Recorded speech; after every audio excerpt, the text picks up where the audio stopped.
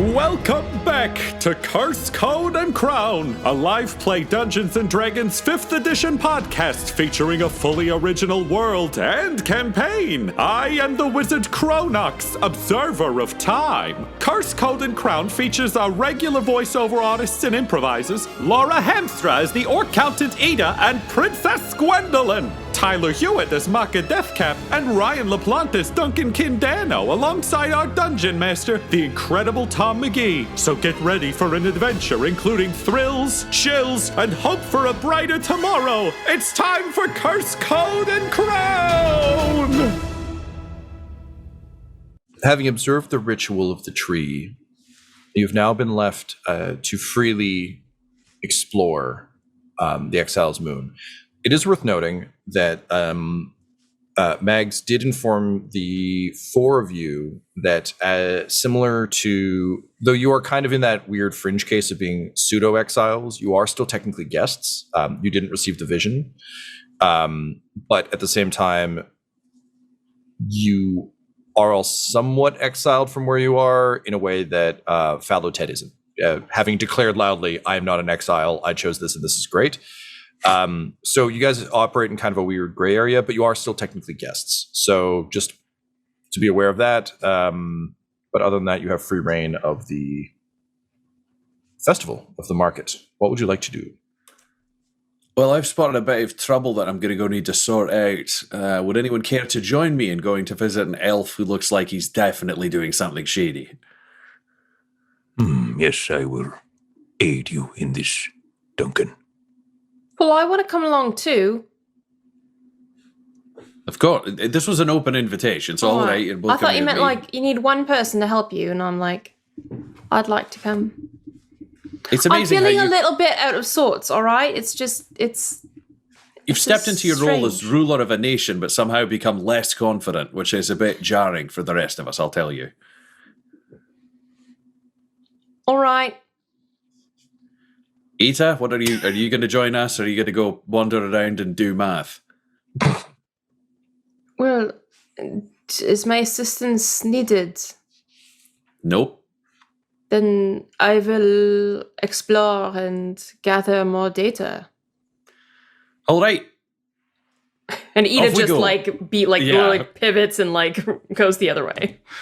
I think Duncan will just lead the group towards the elf. He'll keep an eye on where the other people are going, but I feel like it's Hadrian and the gang are kind of free to do what they're here to do. We don't have no dream, so. As you make your way to the towards the stall, kind of like pushing through the crowd, you notice, sort of looking through the crowd as they move, that the stall is now empty.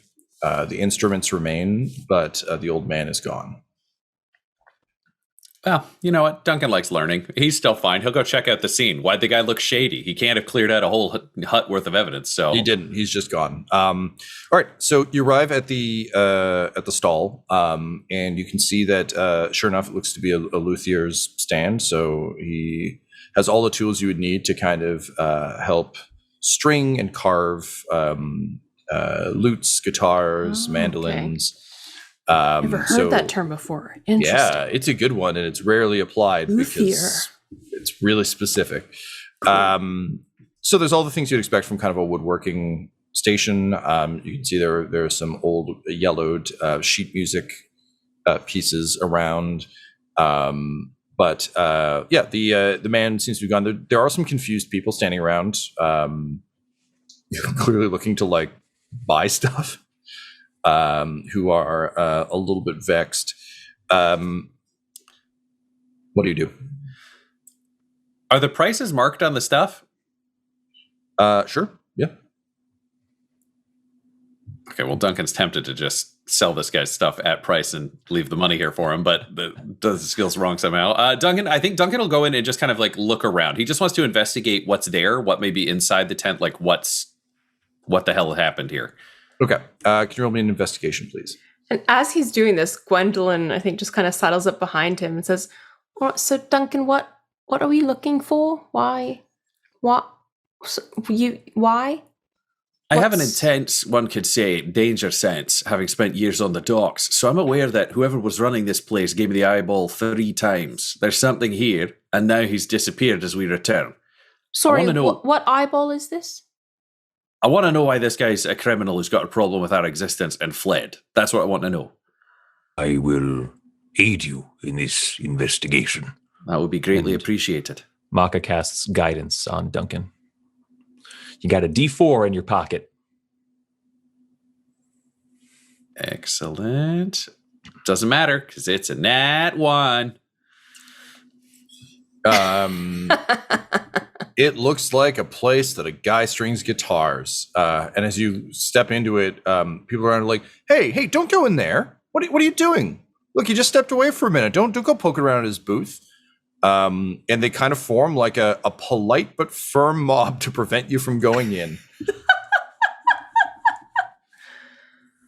This is an impressive place. And Duncan will back down. He's not going to fight a crowd over this. Yep. He's like, no, he's impressed to know that there is a sense of justice here because it seemed kind of frontier when he came in. Gwendolyn kind of just raises her hands, like as in like a meant no offense kind of gesture, and just says, "Well, yeah, sorry for like poking around.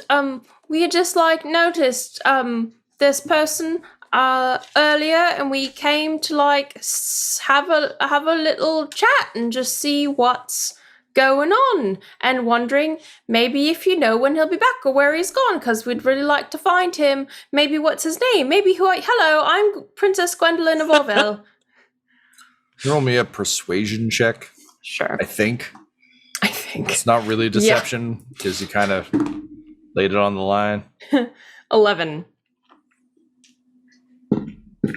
They know who I am and they don't care. Yeah, they all kind of like look to you and look vaguely confused, and say finally a dwarf steps forward and just says,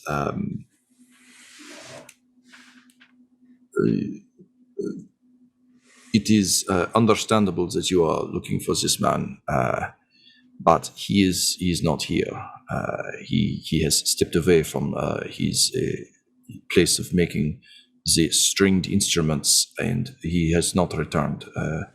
I appreciate that you are eager to find him. I appreciate that you are sharing your name and rank with us. That is appreciated. But your authority as a princess of Orville, I believe you said, does not extend to this booth. I do not think." Oh, no, sorry. I wasn't saying that like I have authority over anyone. I was literally just introducing myself, saying like, "Hello, this is who I am," just so I wasn't like concealing who I was. I understand. You will have to excuse me. I mistook what you were intending here. Are you from the Empire of Numbers? And You sound a bit like a friend of mine. He smiles and says, "I have indeed spent some time at the Empire of Numbers. I have traveled rather far and wide in trying on a variety of ways to speak. This was the ones that I found most fitting to me. You must forgive my lack of manners." And he bows low and takes your hand and like kisses it in a vaguely courtly way. Says, "My name is Remy de Beaumarchais.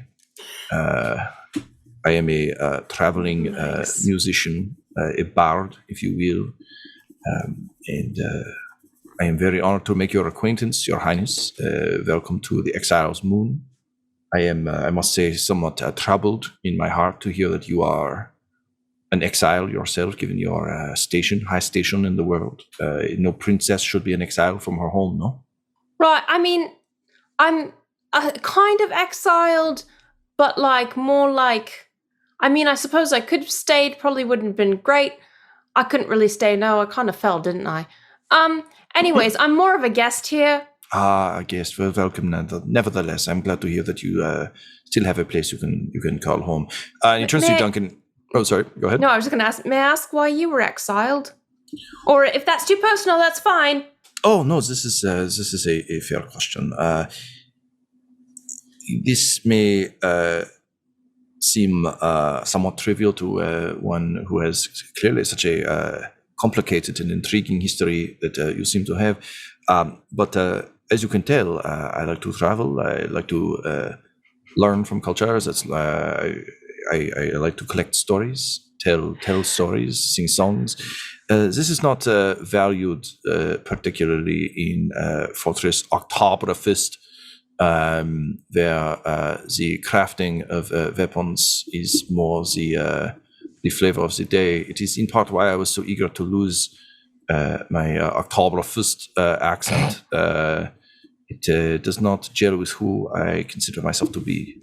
So I went and learned from the Empire of Numbers. They are surprisingly musical people if you listen to the way they speak about mathematics and logic. There is a true beauty to the way they view it. You'd love my friend Ita. Would I now? And he like cocks an eyebrow rakishly. Yeah, she went somewhere over there. Well then, Princess, I am afraid I must take your leave. A chance to meet an orc of the Empire of Numbers. Remy could not pass that up. This is sounds so much like the guy from The Simpsons who teaches Marge to bowl. It's a little bit like breakfast. It's a little bit like lunch, but it's somewhere in the middle, and it comes with a slice of cantaloupe on the side. That's exactly what I'm picturing. Yeah, that's honestly a pretty good parallel for this guy. Like he is a bard, but you get the sense that he's definitely like he skates by on just being an oddity. Like he's I mean, we can just fully say he's got like the purple turtleneck thing going, and he's got things. So clearly not being able to purchase a loot as he'd hoped to, he nods to you and takes his leave. The rest of the crowd is still there. He was just the one who saw fit to speak for all of them. I think Duncan would just walk Makka a few feet, like far enough away that it diffuses the crowd situation. Just be like, do you have any way for us to search this place effectively for a man if I can give you his description? On another day, yes, but that power is not available to me. Damn. Currently, in this place at this time. There are alternatives. I'm interested. What have you got? Perhaps if we stuck to the shadows, became one with them, passed without trace, you could conduct your investigation unimpeded by the prying eyes of customers. This is a powerful idea. Yes, this could be wise. That is something I can do.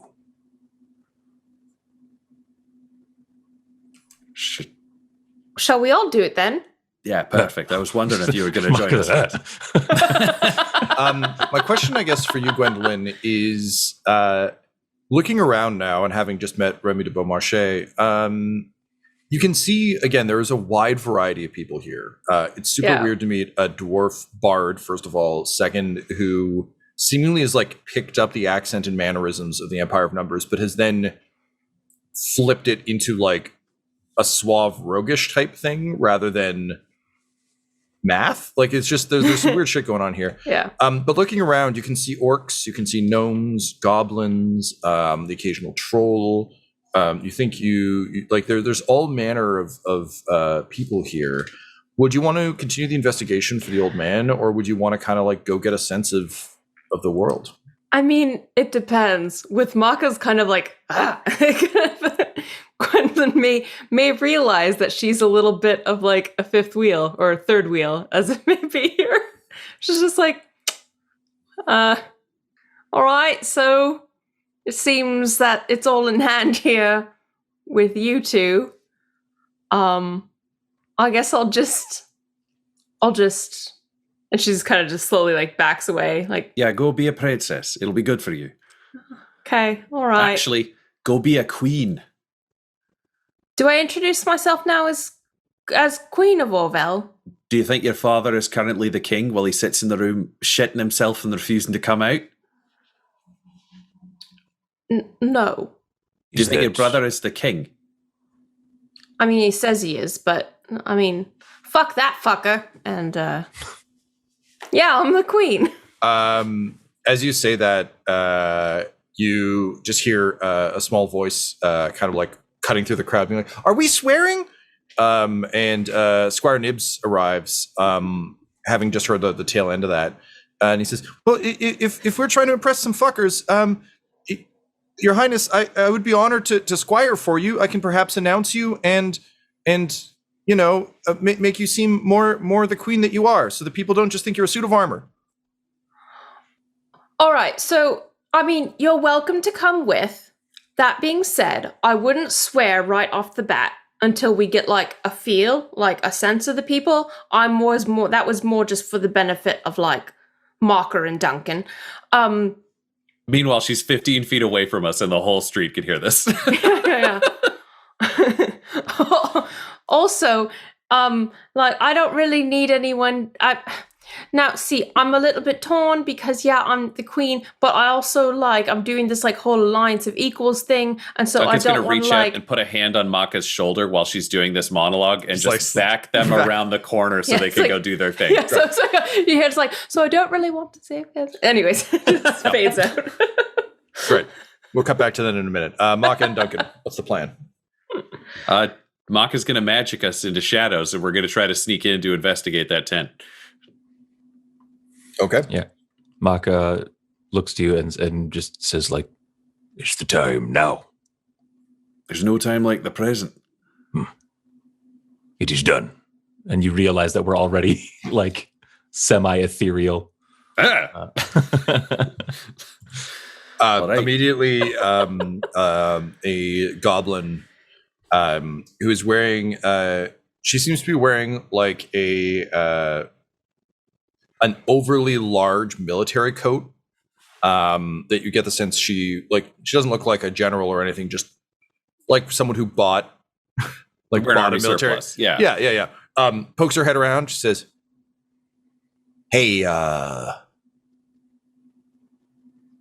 you like a haunted tent, ghosts? Or if you are, you have to tell us.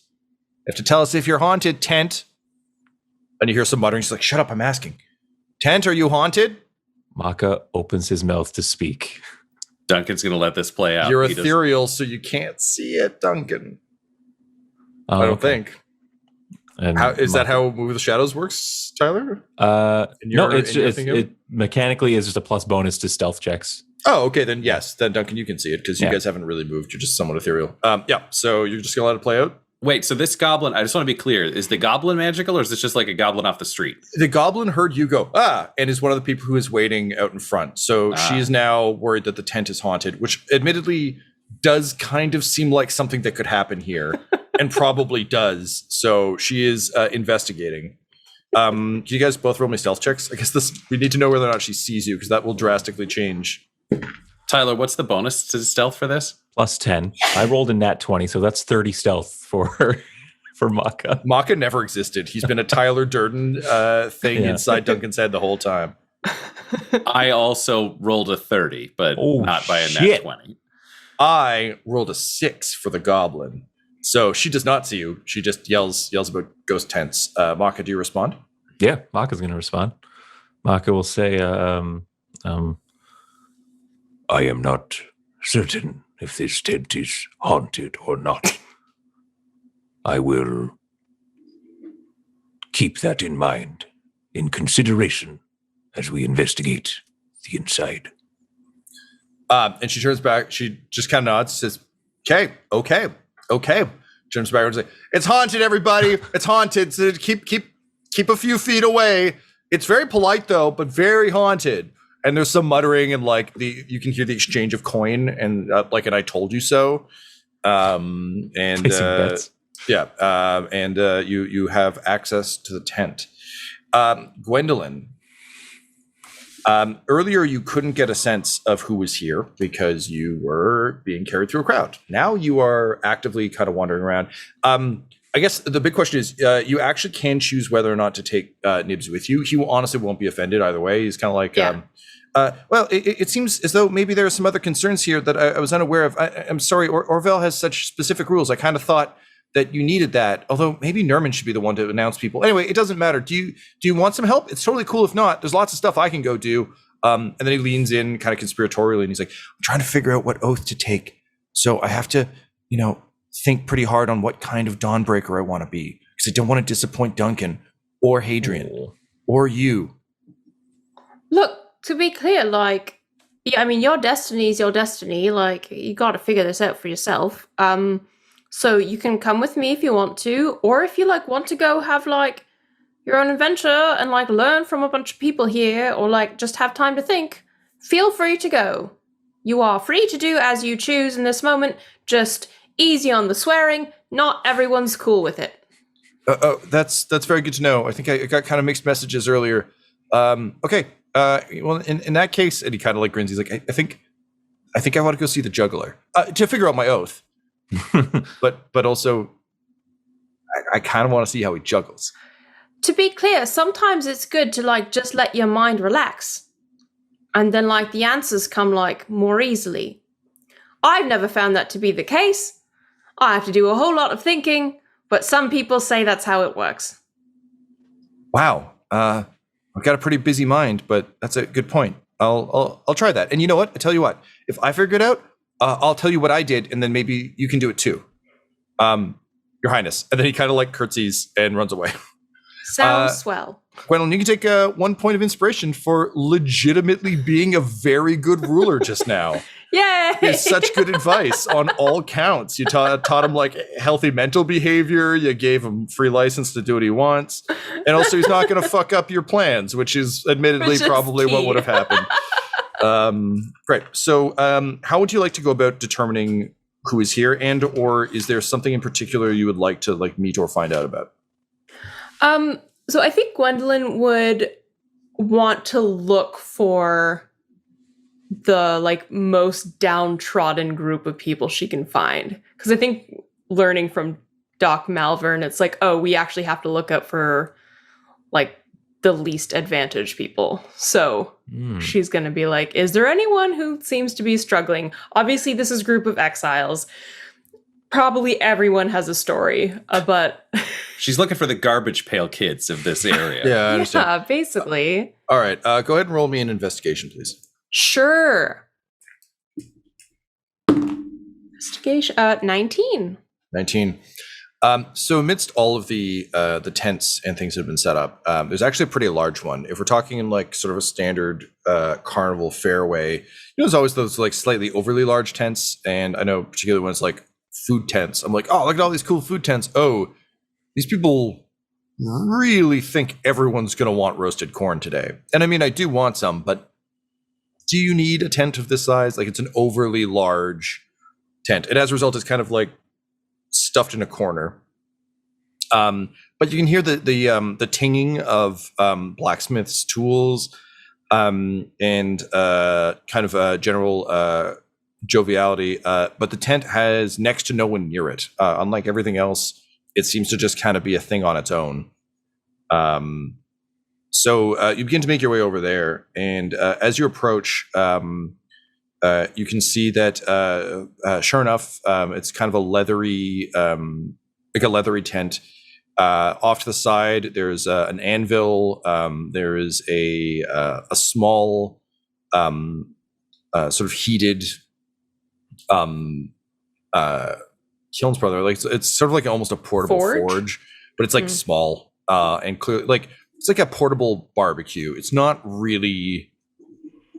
You can tell even from here, it kind of does what a barbecue does, but badly and smaller. Yeah. So it's a portable forge, but not great. And inside, you can see a bunch of dwarves who all look like they were at one point, like all their clothes were very fine, were very nice, expensive, but now they're all pretty rough. It's clear that they've been kind of living in these sets of clothes. Given that they are one of the many fortresses of this world, they, a lot of collared shirts, a lot of like little black dresses, that sort of thing. But again, all of which are clearly a little bit lived in. Cool. And you can see that they're kind of actually snarking at each other. Like it's not a pleasant. It's a dysfunctional work floor, if that makes sense. There's not a lot of flow here. There's a lot of like clanging of things dropping and people yelling at each other, and then the occasional yell of "order up," and then someone will kind of walk forward, pick up whatever they bought, and kind of walk away, looking at it with the kind of disappointment you get from buying something from Wish.com. Like just it's it's technically what was ordered, but just kind of bad.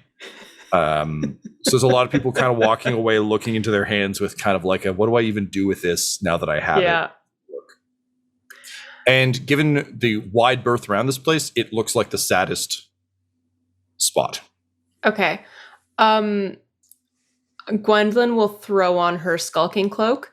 Mm-hmm. Just so, I mean, her armor isn't looking great at this point, but she doesn't want to show off, like, it's still awesome armor. Mm-hmm. You know what I mean? So she'll throw around her cloak.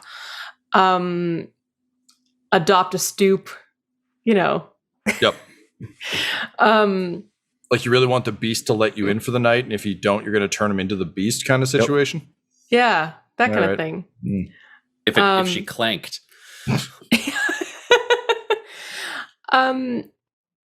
So I think she'll kind of I don't know, like knock on like a post that's like holding the tent up. Sure. Like, hello, hi, hello. So you see, like she's lost. She doesn't know what to do. Fully understand. So on the post you knock at, there's a cast iron logo that seems to be a little bit like the Fantasy Flight logo, if you know that from board games. Basically, two Fs that are one that's flipped upside down, so that the points are touching. Almost creates like a circle that looks very old and kind of out of place, and clearly kind of hung there. And a dwarf who clearly isn't working the forge, but is kind of their front of house person. She kind of comes out gruffly and just like horks just a huge mouthful of snot, just kind of off to the almost at your foot, but like just a little bit off center. And she kind of comes out and says, "Hey, yeah, what do you need?" Well, I mean, I don't need much. Really, I was more just like wondering if I could like hang out for a bit and like get to know you all. And she kind of puts up a hand. She's like, "Look, I'm going to stop you right there. I know the reputation that a lot of the fortresses have of being fun party zones, but you know we don't really do that here." Oh It's no! not a fun place. To be clear, I've been to Sprongbreck and like Mardi Grout and that. And honestly, like it wasn't really for me. It was a little bit confusing. Yeah, was it confusing because they suck? Mostly, yes. Oh yeah. Okay. All right. Also, I was disembodied for a lot of it, so it was also confusing. Well, I mean, that does sound like a festival weekend, you know. You get a little bit disassociated, a little bit disembodied, you know. All right. Well, hey, let me ask you this: what would have made for a better fortress experience for you? Like, what would have been like a cool version of a fortress experience?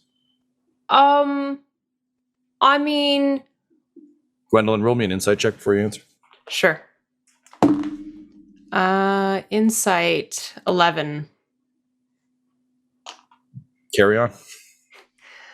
I mean, realistically, like, and now this is a bit selfish and other people might not want this experience, but like having like a couple of people who were perhaps sober would have been nice. Just to, you know, be able to do the things we wanted to do and like get, you know, have some conversations that didn't involve beads being thrown and Okay, the dwarf narrows her eyes a bit. She's like, "Okay, but like when you say you needed sober people to do the things you wanted to do, what do you mean by that? What things did you want to do?" Really just like chat,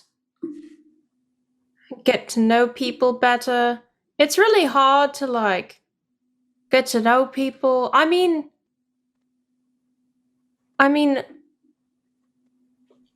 I'll be honest. It was a really hard time and I didn't really know what I was doing. and I she's just like literally just like stammering because she's just like, this lady doesn't.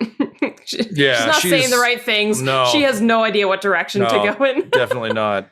This lady just kind of like looks at you. She's clearly kind of just not into this. And given that you're not buying anything, and that she was hopeful, but you can tell that she's kind of cooled on you.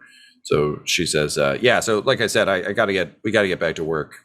You know, this is a good chance for us to ply our wares, and you know."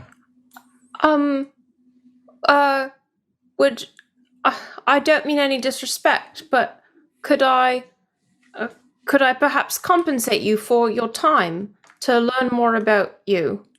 She like stops mid-step, like sort of looks back over her shoulder and says, "What kind of compensation we talking here?"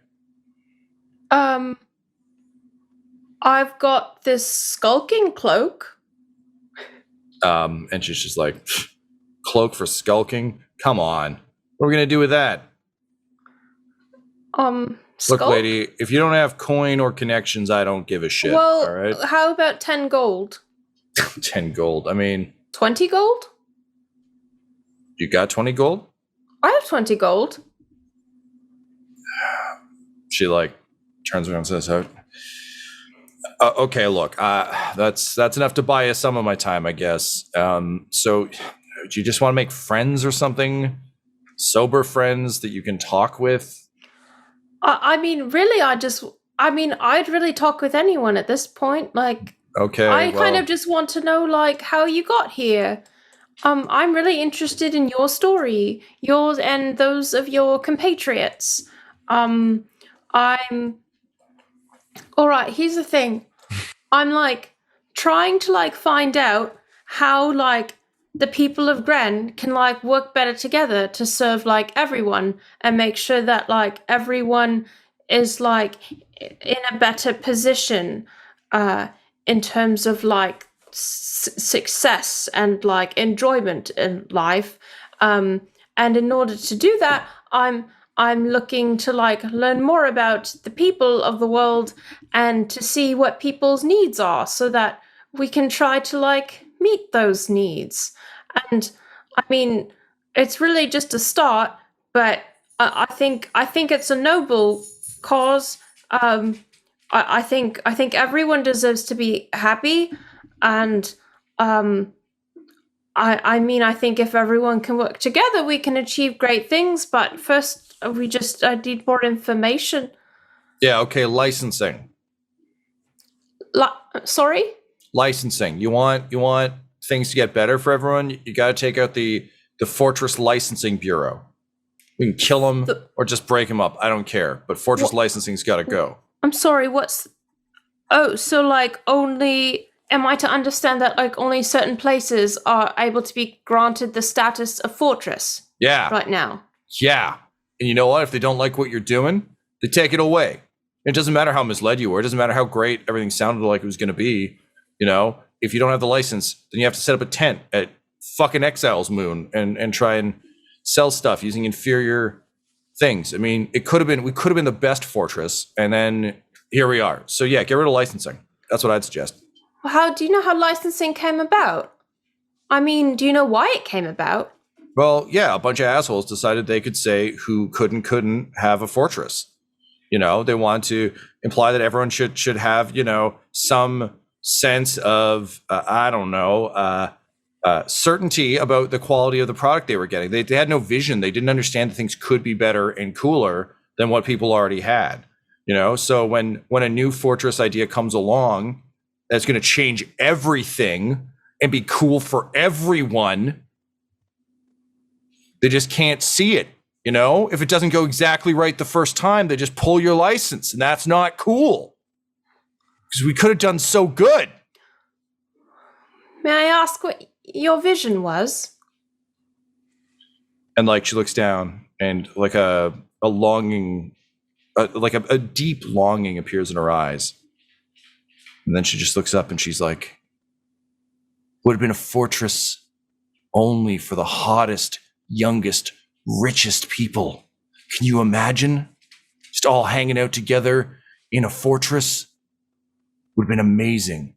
No uggos, no poors, just the cool, rich, hot people, you know? And we could have ridden around and it would have been amazing, you know? And yeah, sure, should we have planned better? Yes. You know, we needed places for them to sleep and we didn't make those. That was our fault. Should we have had better food? Yes, we get that. I understand that now. It's the but fire I tell fortress. You, Fortress Fiero Festivale would have been the best fucking fortress. But instead, we were bamboozled. And now, here we are. You were bamboozled? Yeah, by the licensing bureau and all those assholes who wanted the things we promised them. May I ask what would have happened if you'd been able to be licensed? How things would have improved? They just would have, okay? They just all right. would've. So I've got that. Fortress Licensing Bureau has to go. Is there anything else? I mean, do you know any rich people? Meanwhile, back in the ghost tent. Oh dear. I was going to say, Gwendolyn's note read, double funding of Fortress License Bureau. I have has to go, question mark? You could probably cross out that question mark. So leaving Gwendolyn to her circular conversation with Jayla Rule of Fortress Fiero Festivale, we cut back to the haunted tent, haunted now by Duncan and Makka. Can you guys both roll me stealth checks, please? So 15 for Makka. 29 for Duncan. So you guys are able to investigate the tent as thoroughly as you'd like. Again, the crowd outside they're not like actively staring inside, trying to see if anyone's poking around. They were just being polite to someone who left for a minute and were just kind of minding the stall. How would you like to investigate this place? I think, Makka, we both got our strengths that I think we can use here. I understand people, but I don't understand paperwork or intellectual brilliance. You are very smart and clever, but don't understand people. I feel like if we both carry out an investigation in our own way, maybe we can put together the end results and understand the situation and the person. I will attempt to assist you in this, although I am admittedly not well versed in paperwork. You're better than me. Let's do this. So Duncan will be trying to figure out the man. He's aware that like he could look at ledgers or read books or try to look at any of that shit forever and never find an answer. So he's going to be looking more at like big picture, what feels out of place. Like, is there something about this guy? Because he knows like where fences have hidden shit. Like he does have a bunch of weird skills from that, but I would pitch it as a like trusting his gut, reading the person, perhaps an insight kind of way. All right, so a nature check for Duncan. I'd be happy to take that if you're just trying to kind of like Sherlock it. Yeah. He's a cop in the sense of like a beat cop and a bodyguard, not in the sense of like an actual detective. That's not his 100%. Skill set. Yeah, no, that makes perfect sense to me.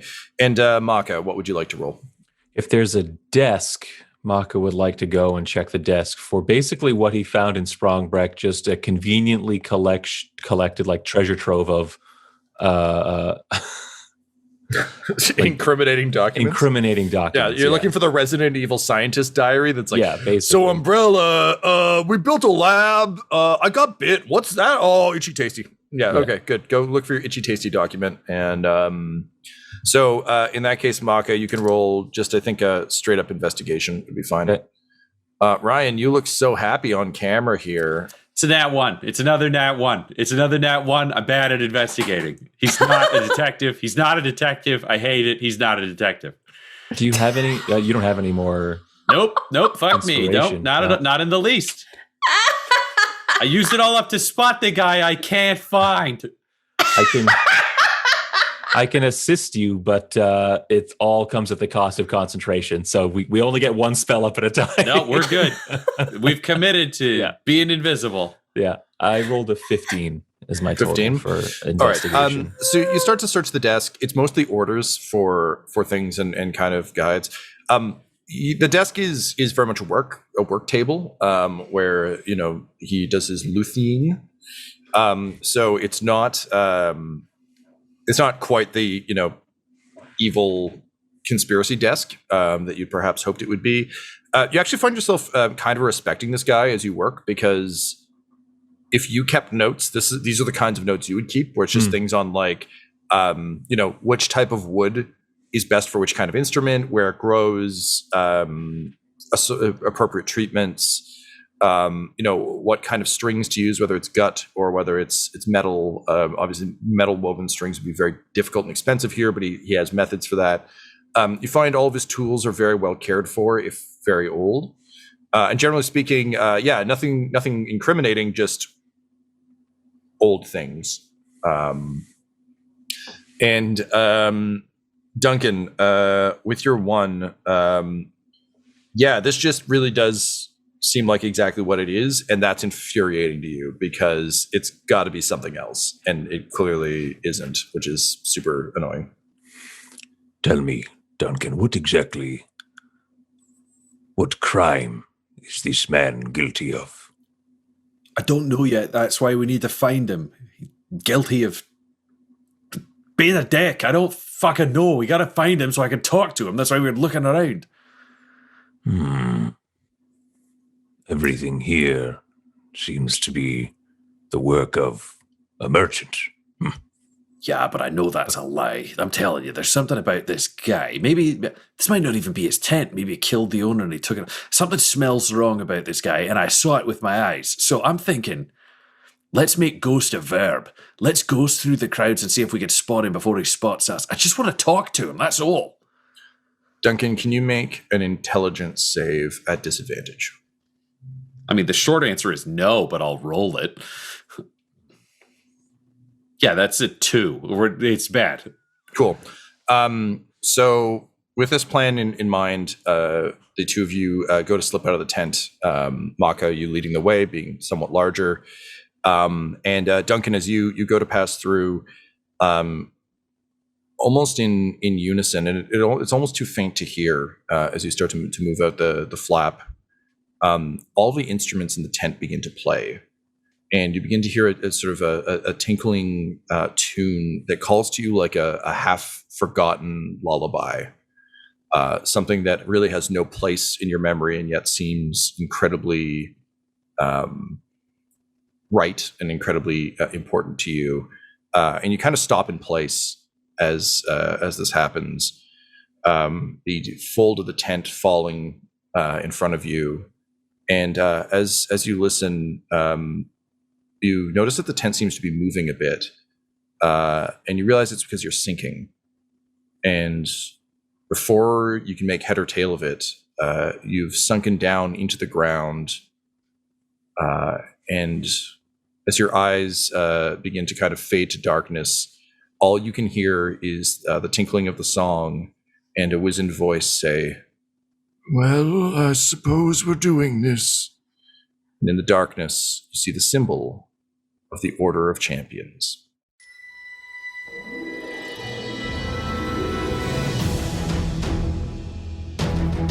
This episode of Curse Code and Crowd Sound was mixed and edited by Laura Hamstra, and the campaign was created by Tom McGee. Our original theme music was composed by Landon Knoblock, and Curse Code and Crown's artwork was created by the brilliant Borovic.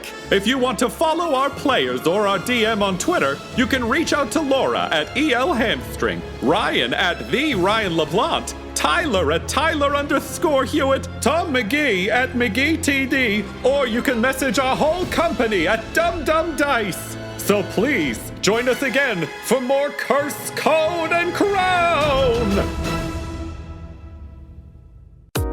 Dum Dums and Dice has to give a special thank you to the supreme beings of our Patreon at this time. The Half-Blind Prophet, Christopher Little, Sue One, George Dolby, Richard Cranium, Sammy Boy, Orion Birchfield, Scott Garland, Benjamin V, Gavin and Abby McDonald, Logan, Fire Unfriendly, Acrix, Grandma Likes D&D, Alan, Austin Nut Powers Fry, Stabby Stranger, Glitch Trick, Roman Brown, Shulzari, Christian Mendez, Spot Allen, Flynn1138, Alarain Okapi, and Jill and Noel LaPlante. If you want your name to be added to this list, you can join our Patreon too at patreon.com/dumdumdice. Thanks to them, and a little bit of thanks to you.